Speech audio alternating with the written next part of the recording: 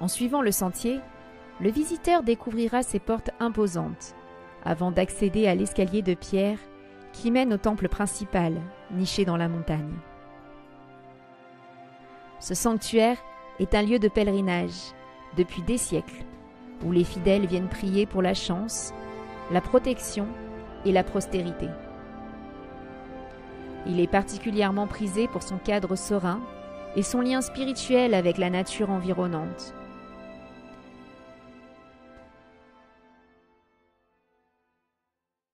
Je vous emmène à Nagoya, la 4e plus grande ville du Japon, située au cœur de la région de Chubu.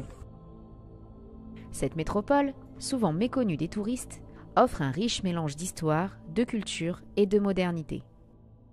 Parmi ses attractions, le château de Nagoya est un véritable symbole de la ville. Il en dit long sur son passé prestigieux. Mais Nagoya est également connu pour être un des lieux où se déroule chaque année, en juillet, un grand tournoi de sumo.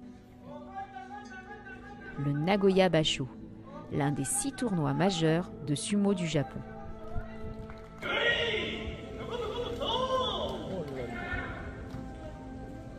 Le sumo n'est pas seulement un sport moderne, mais une véritable tradition séculaire au Japon. Ses origines remontent à 1500 ans, où il était pratiqué lors des cérémonies religieuses pour honorer les divinités et assurer la prospérité des récoltes. Au fil des siècles, le sumo s'est transformé en un sport de compétition, d'abord pratiqué dans les cours impériales, puis popularisé sous le shogunat Tokugawa. Aujourd'hui, il est devenu un véritable pilier de la culture japonaise. Le sumo, bien plus qu'un simple sport, est une véritable institution nationale empreinte de tradition.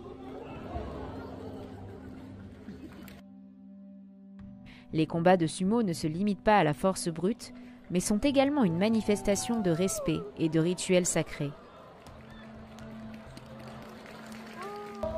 Avant chaque match, les lutteurs accomplissent une série de gestes symboliques. Tout d'abord, un homme monte sur le dojo et donne le nom des candidats.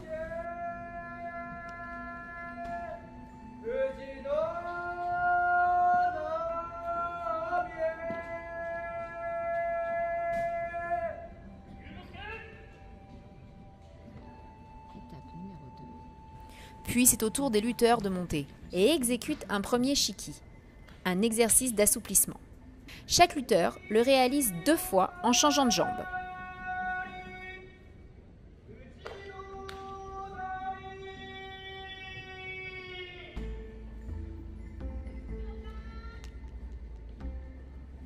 Étape numéro 3. Les lutteurs se font face et refont une série de mouvements.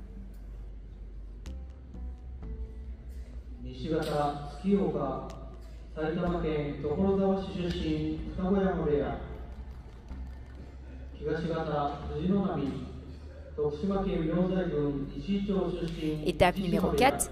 Le Jyoji relève alors son éventail face à lui, entre les lutteurs, signifiant que le combat peut commencer. Dès que les 2 lutteurs auront posé ensemble leurs 2 poings au sol, le combat commence.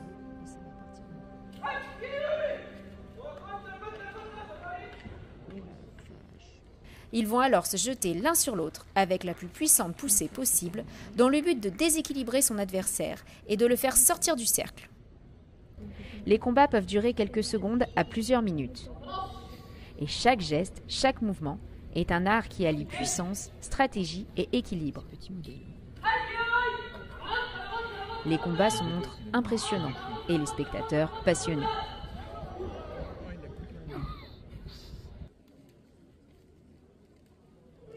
Assister à un match de sumo au Japon reste une expérience unique à ne pas manquer.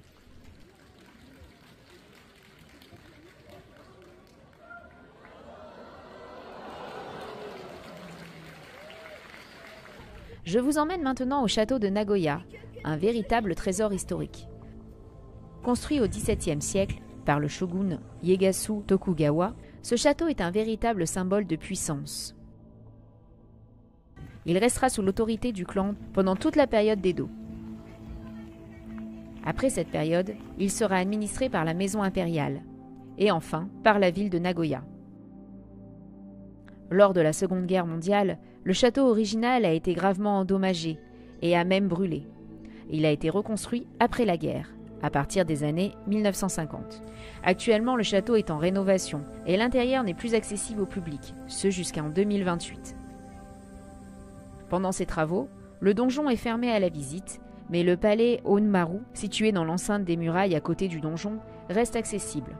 Ce bâtiment de plain-pied n'avait pas de fonction militaire proprement dite, car il servait de résidence pour le shogun et sa cour, dans un environnement richement décoré. Après avoir passé le porche principal et cette déchaussée, on entre dans le long corridor desservant plusieurs pièces superbes. Ces dernières sont ornées de portes glissantes et de panneaux de bois décorés à la feuille d'or. La construction du palais a duré 10 ans, mais le résultat est splendide, offrant une véritable immersion dans l'histoire et l'époque des samouraïs. Le château est également entouré d'un vaste parc, dans lequel les visiteurs peuvent profiter d'une agréable promenade, tout en admirant la beauté de ce site historique. Après avoir exploré le majestueux château de Nagoya, je vous invite à découvrir un autre monument emblématique de la ville, la tour de Nagoya. Inaugurée en 1954, la tour de Nagoya est un symbole de modernité de la ville et un excellent point de vue pour admirer le panorama urbain. Haute de 180 mètres, elle a été inspirée par la tour de Tokyo et reste l'une des structures les plus reconnaissables de Nagoya. Située dans le parc Isaya Odori, au cœur de la ville, la tour offre une vue imprenable sur Nagoya et ses environs. En haut de la tour, le visiteur trouvera un observatoire, où il pourra profiter d'une vue à 360 degrés sur la ville. Je vous propose maintenant de sortir un petit peu de Nagoya pour rejoindre Gifu et assister à une tradition locale, la pêche au cormoran, une pratique millénaire. On appelle cette méthode ukai, l'ancienne technique de pêche utilisant des cormorans pour attraper des poissons. Cette tradition remonte à 1300 ans et elle est profondément enracinée dans la culture japonaise, notamment dans les rivières de Gifu. Le principe est simple mais fascinant. Les pêcheurs entraînent leurs cormorans, de grands oiseaux aquatiques, à plonger dans l'eau pour attraper les poissons, notamment des ayu, une espèce de poisson doux. Le maître pêcheur, appelé ukaishi, guide les oiseaux à l'aide d'une corde attachée à leur cou pour les empêcher d'avaler leur prise, tout en laissant les cormorans attraper le poisson. Ce spectacle se déroule souvent de nuit, éclairé par des torches enflammées qui flottent sur les bateaux, créant une atmosphère magique et mystique. La pêche au cormoran est non seulement un art délicat, mais aussi un événement touristique majeur à Gifu, surtout l'été, où les visiteurs peuvent embarquer sur des bateaux et observer cette performance impressionnante.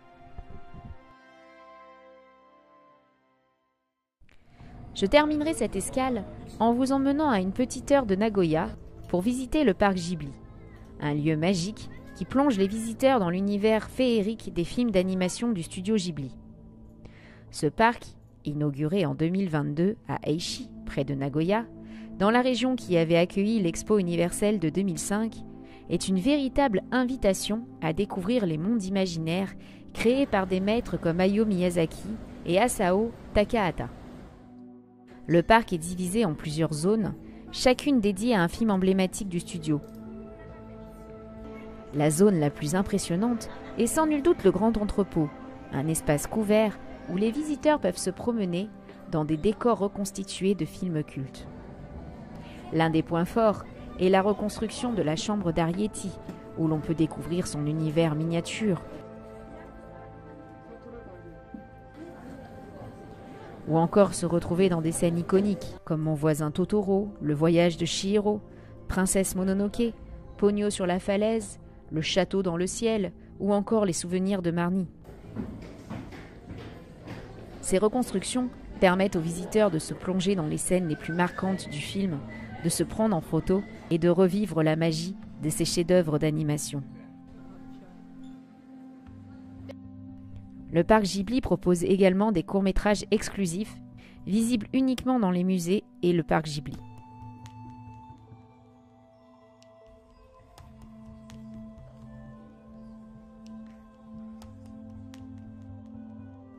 Ces expositions temporaires offrent une immersion dans l'univers artistique du studio, permettant de découvrir les coulisses de la création du film.